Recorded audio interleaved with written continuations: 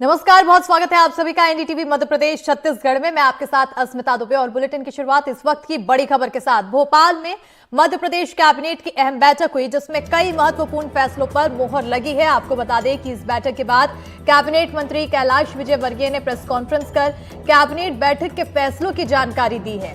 बैठक में अहम प्रस्तावों को मंजूरी मिली है जिसमें मध्य प्रदेश सरकार खुद का विमान खरीदेगी। इसके अलावा पेपरलेस विधानसभा की भी मंजूरी दी गई है।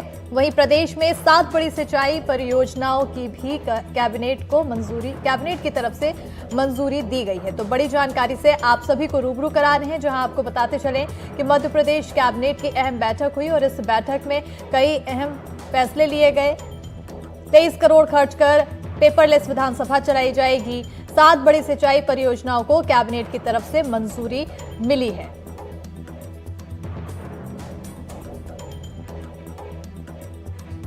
जन भागीदारी का पेड़ लगाने का सबसे बड़ा उदाहरण है। हमने लगभग लोगों से पेड़ मांगे, लोगों ने 20 करोड़ के आसपास हमको पेड़ दिए हैं और इतना बड़ा वृक्षारोपण जन भागीदारी से मेरा ख्याल है देश में पहला हो रहा होगा। और इसमें हमने एक नया प्रयोग किया। लगभग मैंने 150 बैठकें की हैं अलग अलग समाजों की और उन समाज से कहा कि आप लगाइए वहाँ पेड़। तो जैसे हम कायस्थ समाज के गए तो उन्होंने चित्रगुप्त के नाम चित्रगुप्त वन रख दिया। हम वाल्मीकि समाज के गए तो वाल्मीकि वन नाम रख दिया। ऐसे 10-10 हजार 5-5 हजार के सेक्टर बनाकर ब्राह्मण समाज के गए तो परशुराम वन, अग्रवाल समाज के गए तो अग्रसेन वन, माहेश्वरी समाज के गए को करेंगे वृक्षारोपण तो उनका महेश वन। ऐसे हर समाजों के वहाँ पर वन रहेंगे और उनसे कहा कि आप इसकी देखरेख करिए। तो वो समाज ने जिम्मेदारी ली है कि हम इन वृक्षों को देखेंगे। कैलाश विजयवर्गीय की तरफ से जानकारी दी गई प्रेस कॉन्फ्रेंस कर कि आखिर बैठक में क्या कुछ फैसले लिए गए हैं और इसी पर ज्यादा जानकारी के साथ हमारे सहयोगी अजय जुड़ चुके हैं। अजय, बैठक हुई, बैठक में कई महत्वपूर्ण फैसले लिए गए। खास बात यह है कि मध्य प्रदेश सरकार खुद का विमान खरीदने की योजना बना रही है। जी बिल्कुल, कनाडा की कंपनियों से 300 चैलेंजर्स करके ये विमान है। ये विमान सरकार खरीदेगी। पिछले साल पहले जो विमान था मध्य प्रदेश सरकार का वो दुर्घटनाग्रस्त हो गया था और उसके बाद से राज्य सरकार लगातार किराए के उड़न खटोलों में मध्य प्रदेश के मुख्यमंत्री जो थे वो सफर किया करते थे। तो ये विमान भी खरीदा जाएगा। बहुत लंबे अरसे से मध्य प्रदेश में इसे लेकर कवायद चल रही थी, लेकिन आड़े जो आ रहा था वो मध्य प्रदेश का आर्थिक संकट आड़े आ रहा था और उसके चलते कई परेशानियों का सामना मध्य प्रदेश के नागरिक जो विमानन विभाग है उसको करते रहने पड़ा। लेकिन अभी हाल ये अच्छी खबर है, मध्य प्रदेश के मुख्यमंत्री अब मध्य प्रदेश सरकार के पास अपना खुद का विमान होगा। चैलेंजर्स 300 ये विमान होने वाला है और 200 करोड़ से ज्यादा इसका जो रकम है वो इसमें खर्च होगी और अब मध्य प्रदेश सरकार को किस तरीके के किराए के विमान की जरूरत नहीं पड़ेगी। इन सब के बीच में आज कैबिनेट ने कई बड़े महत्वपूर्ण प्रस्तावों पर मोहर लगाई है। खासतौर पर इन प्रस्तावों की बात करूं तो आपको एक बड़ी सिंचाई योजनाएं जो है मध्य प्रदेश सरकार चाहती है कि जितने भी किसान हैं उनको बेहतर तरीके से पानी मिले और पानी के साथ साथ सिंचाई की व्यवस्था मध्य प्रदेश के खेतों में 12 महीने रहे, ताकि जिस तरीके से किसानों एक बड़ा वोट बैंक है किसानों का, क्योंकि चुनाव लगातार मध्य प्रदेश में चलते ही रहते हैं और आने वाले समय में भी कुछ उपचुनाव होने। ऐसे में मध्य प्रदेश ने जो है 7 बड़ी जो सिंचाई परियोजनाएं उनको मंजूरी दी गई है। पीडब्ल्यूडी की एक बात थी कि पीडब्ल्यूडी के कई भवन और सड़क से जुड़े हुए निर्माण कार्य पर बजट आवंटन होना था, वो एक बजट को स्वीकृति दी गई है। इसके अलावा सरकार का और केंद्र सरकार का महत्वाकांक्षी काम है एक पेड़ माँ के नाम, जो जिस तरीके से आपने पिछले अरसे में मध्य प्रदेश में देखने को मिला। उस अभियान के तहत काफी बड़े पैमाने पर मध्य प्रदेश में वृक्षारोपण कार्यक्रम किए गए थे।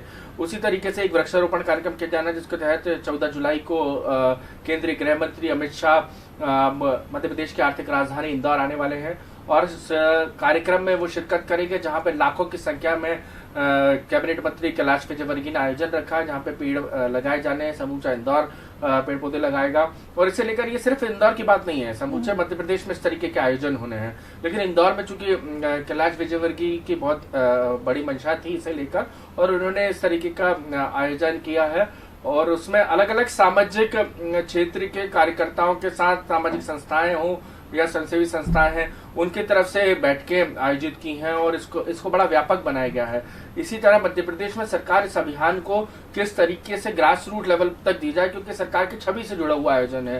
क्योंकि अक्सर जंगलों की कटाई हो या दूसरे अन्य मामले हो, जब कैबिनेट की बैठक हो रही थी तब उसके अंदर चर्चा हुई, कई मंत्रियों ने सरकार इस आयोजन को आगे बढ़ाने पर जो है सहमति दी और इसको व्यापक स्तर पर खासतौर पर कलेक्टरों की जिम्मेदारी तय करने की बात कही गई थी कि वृक्ष हम लगाते हैं तो इनको आगे तक कैसे इनकी पूरी तरीके से ग्रोथ हो, इसको लेकर वन विभाग को काम करना पड़ेगा। इस पर वन विभाग की ओर से वन मंत्री ने भी अपनी बात रखी और बताया कि आने वाले समय में हम किस तरीके से कार्य योजना के तहत जो वृक्षारोपण अभियान चल रहा है इसको बेहतर तरीके से किस ड्राइव को चलाया जाए, इस डायरेक्शन में काम होगा। और इसके अलावा जो बात थी वो दूसरी अन्य बातें की जाए तो खासतौर पर पानी सप्लाई को लेकर एक महत्वपूर्ण बात थी और अनुसूचित जाति वर्ग के लोगों को जो छात्रवृत्ति मिलती थी और घुमंतु विद्यार्थी जो हुआ करते थे आमतौर पे उनकी छात्रवृत्ति कम थी, तो उनको भी छात्रवृत्ति का लाभ दिए जाने जो बराबर लाभ है जो अनुसूचित जाति के छात्रों को मिलता है वही घुमंतु जनजाति के छात्रों को भी ये लाभ मिल सके। ये तमाम जो फैसले हैं इन पर आज कैबिनेट में मौन लगाई। अलग अलग वर्ग को जो परेशानियां हो रही हैं उन परेशानियों को दुरुस्त करने के मकसद से यहाँ पर फैसले लिए गए हैं। लेकिन अजय, जैसे कि अभी सिंचाई परियोजना की बात की जा रही थी, किसानों का जो सबसे बड़ा वोट बैंक मध्य प्रदेश से आता है, अगर हाल फिलहाल के किसानों की परेशानी देखें तो खाद वितरण को लेकर काफी परेशान नजर आ रहे किसान, क्या इसको लेकर किसी तरह की चर्चा? देखिए बात करूं यदि परियोजनाओं को लेकर तो खासतौर पर बुंदेलखंड इलाके में एक दिक्कत सबसे बड़ी सामने आ रही थी, जहां पर अक्सर पानी की समस्याएं रहती हैं और जब गर्मी ज्यादा पड़ती है राजस्थान से सटे हुए इलाके हो या बुंदेलखंड के इलाके हो वहां पर खासी परेशानी का सामना करना पड़ता है। लिहाजा सरकार ने वहां को लेकर एक विशेष रणनीति बनाई है कि किस तरीके से इन परियोजनाओं के तहत वहां के किसान इससे लाभान्वित होंगे। खासतौर पर राजगढ़ ब्यावरा में भी एक बहुत बड़ी परेशानी होती है अक्सर सिंचाई को लेकर। तो ये जो मध्य प्रदेश के वो इलाके जो अक्सर जहाँ पे और मानसूनी व्यवस्था उसको भी देखा गया है कि मानसून किस तरीके से रहने वाला है, इस बार जो है जल संवर्धन और जल संरक्षण को लेकर किस तरीके से कामकाज किए जाए, तो ये समूचे मामले को न सिर्फ सिंचाई परियोजना बल्कि जल संरक्षण का भी इस मामला इसमें क्लब किया गया है। और आने वाले समय में सरकार की मंशा ये है कि इन सिंचाई परियोजनाओं के तरीके के माध्यम से उन जिलों को भी लिंक किया जाए जहां पर सबसे ज्यादा जल संकट का सामना करना पड़ता है। मंशा के तहत यहाँ पर काम करती हुई सरकार नजर आ रही है। अजय, एक चीज और यहाँ पर देखने को मिली है, मध्य प्रदेश सरकार खुद का विमान खरीदने वाली है। आखिर इस विमान के खरीदने से क्या कुछ फायदा होने वाला है, किस तरह के आगे की परिकल्पना की जा सके? देखिए, इस विमान को खरीदने को लेकर कई कंपनियों के जो है वो कोटेशंस बुलाए गए थे और इसमें से जो कनाडा की कंपनी थी तो वो अभी से नहीं है, पूर्व की जो शिवराज सरकार थी उस कंपनी ने ही जो है कनाडा की इसी कंपनी ने जो था अपना टेंडर कोटेशन डाला था और सरकार के लिए सबसे डबल इंजन वाला ये विमान होने वाला है। मतलब रात में भी इससे जो है मुख्यमंत्री मोहन यादव उड़ान भर सकेंगे। तो ये उसी समय का प्रस्ताव था।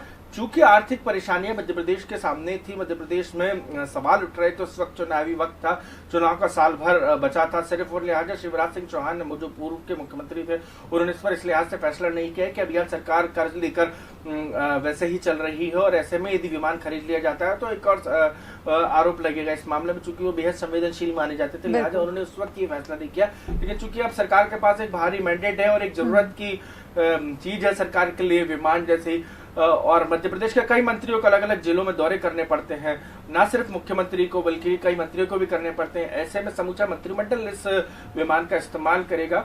यही कारण है कि ये व्यवस्था मध्य प्रदेश सरकार बिल्कुल कुल मिलाकर देखा जाए तो इस बैठक में न सिर्फ जनता बल्कि जो मंत्रिमंडल हैं उनके भी हित को लेकर कई फैसले लिए गए हैं और आने वाले समय में और क्या कुछ देखने को मिलेगा इस पर भी नजर बनी रहेगी। बहुत शुक्रिया अजय तमाम जानकारी देने के लिए।